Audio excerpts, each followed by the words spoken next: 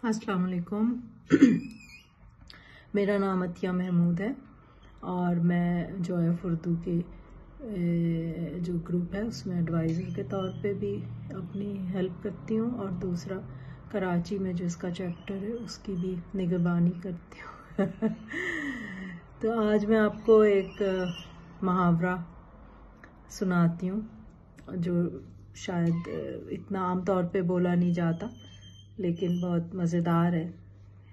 कहते हैं आबे लौंडे जाबे लौंडे, आबे लौंडे जाबे लौंडे, यानी दौड़ाना फिराना, किसी काम में किसी को काम करके ना देना, इधर उधर करते रहना, उसको दौड़ाना फिराना और काम ना करना। तो आप कहेंगे कि आबे लौंडे जाबे लौंडे करता रहता है, काम नहीं करता। तो ये एक मुहावरा है जो मैं आप लोगों को आज सुना रही हूँ। शुक्रिया।